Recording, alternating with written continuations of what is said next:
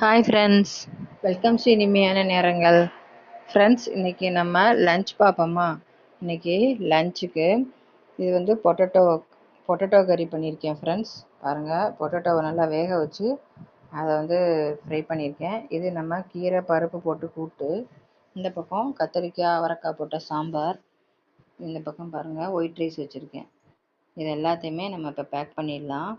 உருளைக்கிழங்கு, கீரை, சாம்பார், ரைஸ் எல்லாமே பேக் பண்ணியாச்சு.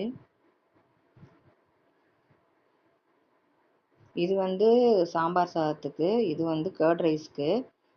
அதனால் 2 பாக்ஸில் வச்சுருக்கிறேன். இப்போ இதை நம்ம பேக் பண்ணிக்கலாம்.